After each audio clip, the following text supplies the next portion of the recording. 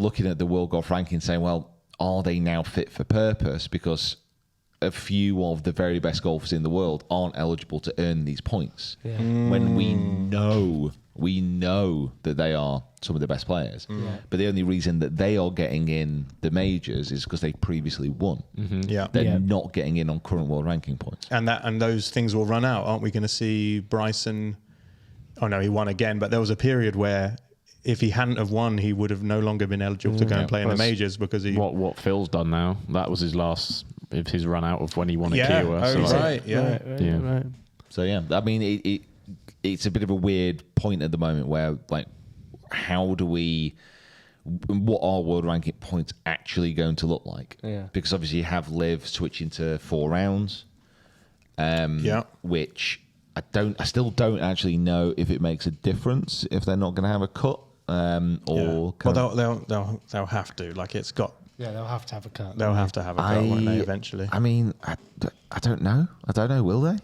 Like, will they still let them play for LIV points, but they can't win that event or something? There's kind of so much. Bear in mind, when LIV was instigated, the whole point is that you had these star marquee players, and they would always be available to watch. Yeah, that was kind of like one of the points. Like, they're not going to get sent home because, like, what you see with the PGA Tour, if you get caught, like, you know, Rory, Scotty, whatever, if they miss the cut and the big players aren't up around the top of the leaderboard, people won't watch as much.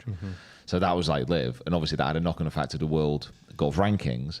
So I don't think at the moment the world golf rankings are accurate. They can't be. No. I mean, Scotty's the best. Yeah. I think everyone agrees with that, no matter what tour you play on. But there's a lot of disparity now in between points where they are. I'm in the top 5,000 of the world best golfers. Something is wrong with the system. You can't say that. You made a cut at a national open. Something is deeply wrong if this is the case. No, it's kind of mad, isn't it, when you think about it? Like 5,000 people is not many people. Much less than 5,000, 4,000. And I think when you go to a football match, like, it says 5,000 people there, like, you're within this. Like, you know what I mean? Like, just things like that. Like, last night at the football, I was looking around and like, you know what? I am the best golfer.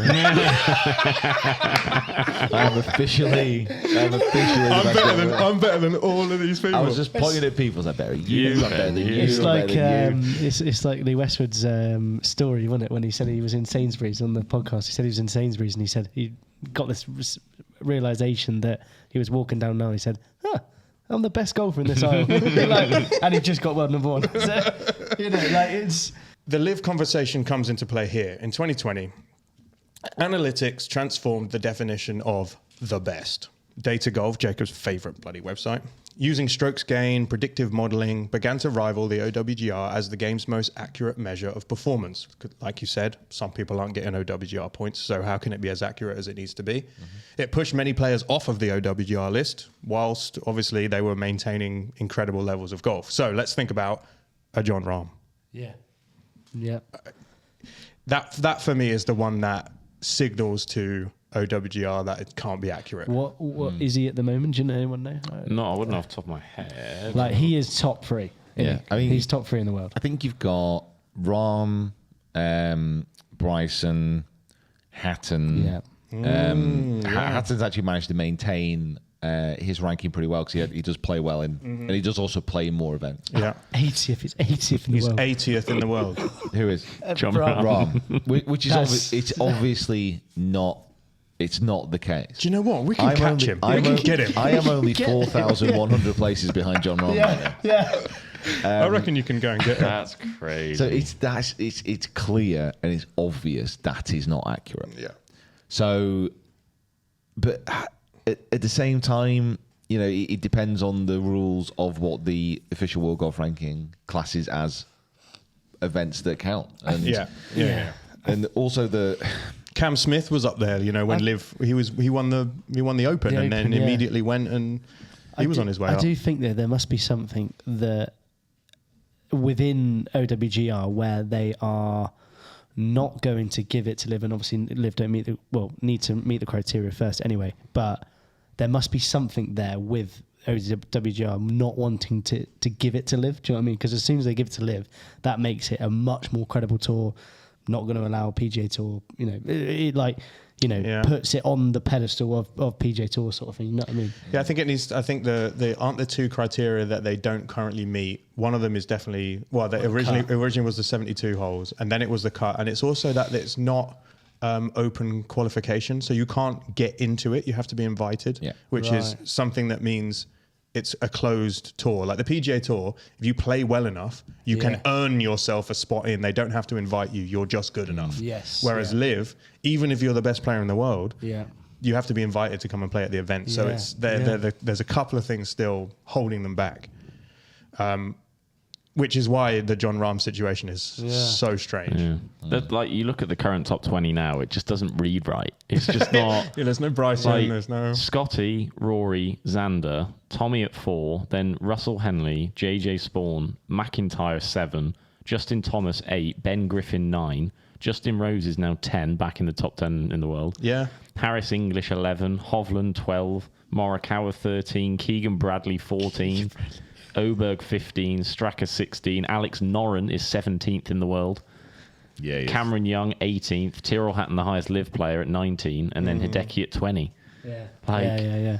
Bryson's at 25, and then that's it feels slightly empty in some respects, but I don't know. I don't think there's an easy answer for it because there's lots of positives and lots of negatives on either side. Yeah, so. And I think there is politics involved as well. I think there must be some. God, of course there is. I think there's. Of course there is. Yeah, definitely. Tommy Fleetwood 4th though. Come on. Yeah, that's pretty good. Yeah.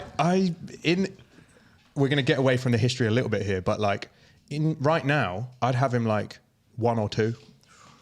Oh, I think 4's nice.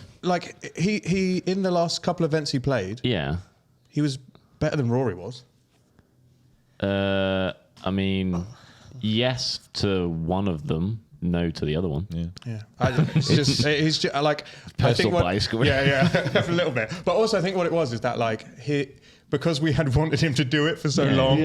Suddenly, when he starts putting well and like everything comes together, suddenly you're like, oh my god, he's the best player in the world. He's unbelievable. He's so good. Probably a criticism you have of world ranking points, it's when you build and you accrue the points, it takes quite a long time to then be supplanted by somebody else. So you can go on like a really good run, accrue, and then you could have a bad period and still maintain your position.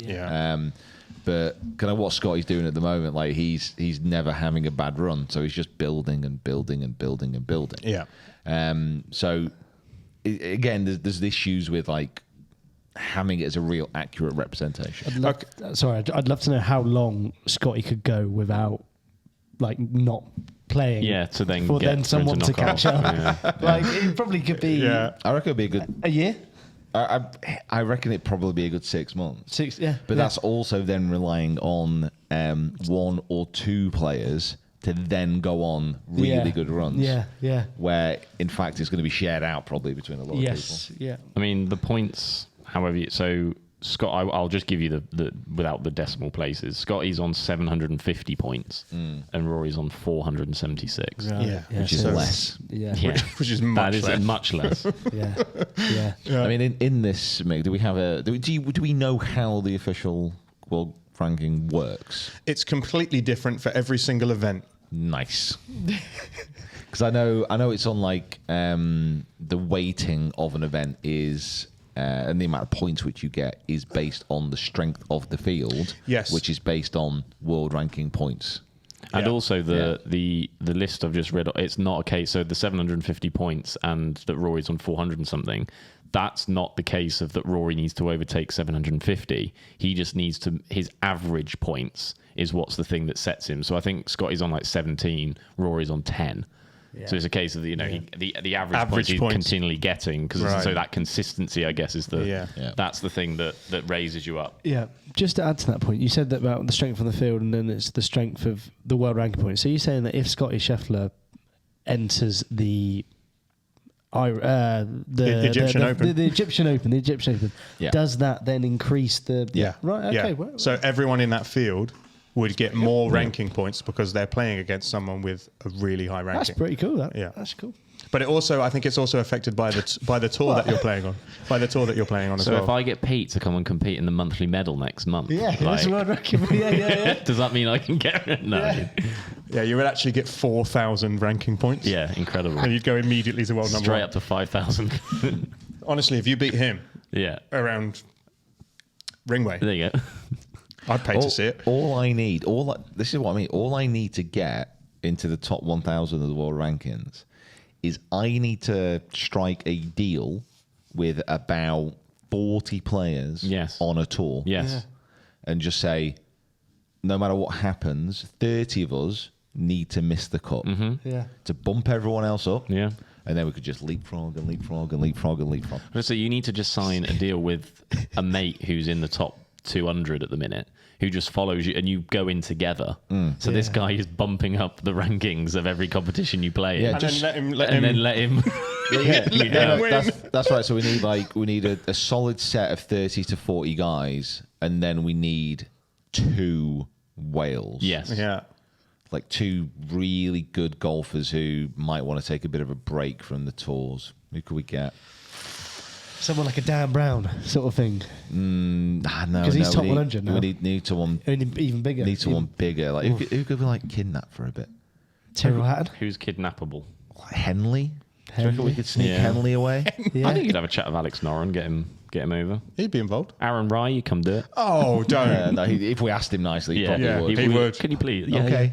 Yeah. There's going to be an Aaron Rye podcast coming up. Because I bloody love him. all on. Yeah, see, it's an hour and a half on Aaron Rye. You could ask Michael Brennan. He's 36th in the world. Yeah. What? Mate Michael Brennan, yeah. Never heard of him. Yeah. B-Dog.